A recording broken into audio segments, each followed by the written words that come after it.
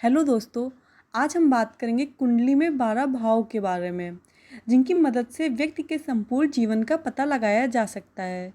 भाव को घर या खाना भी कहते हैं। भाव में जो राशि बैठी होती है, उस राशि का स्वामी ग्रह उस भाव का मालिक या अधिपति होता है। कुंडली में पहला भाव व्यक्ति के चरित्र, स्वभाव, रंग, रूप के बारे में बताता है। इसे लगन भाव भी कहते हैं। कुंडली में दूसरा भाव धन, वाणी और प्रारंभिक शिक्षा का होता है। उसे धन भाव भी कहते हैं। कुंडली में तीसरा भाव छोटे भाई बहन, साहस, प्रयास और पराक्रम का होता है। इसे पराक्रम भाव भी कहते हैं। कुंडली में चौथा भाव सुख भाव कहलाता है। इस भाव से माता, वाहन, प्रॉपर्टी आदि चीज़ों को देखा जाता है। कुंडली में पांचवा भाव उच्च शिक्षा, संतान, प्रेम, रोमांस की विवेचना करता है। इसे संतान भाव भी कहते हैं।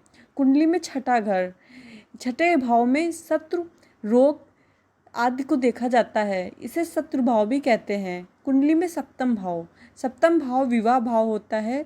इस भाव से जीवन साथी और जीवन में होने वाली किसी भी तरह की पार्टनरशिप को देखा जाता है। कुंडली में अष्टम भाव, आठवां घर जीवन में आने वाली अचानक घटनाओं, रहस्य, गूढ़ विज्ञान, दुर्घटना आदि का बोध कराता है। कुंडली में नौवां भाव धर्म, गुरु, ज्ञान और भाग्य, लंबी दूरी की यात्रा का होता है। इसे भाग्य भाव भी कहते हैं। कुंडली में दसवां घर कर्म भाव कहलाता है। इस भाव से व्यक्ति के प्रोफेशन और उसके पिता को देखा जाता है। कुंडली में 11वां भाव लाभ का घर होता है।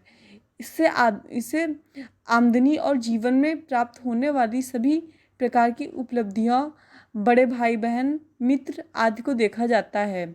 कुंडली में 12वां घर हानि का होता है। इससे जीवन में होने वाली सभी तरह की हानियां, खर्च, विदेश यात्रा आदि को देखा जाता है।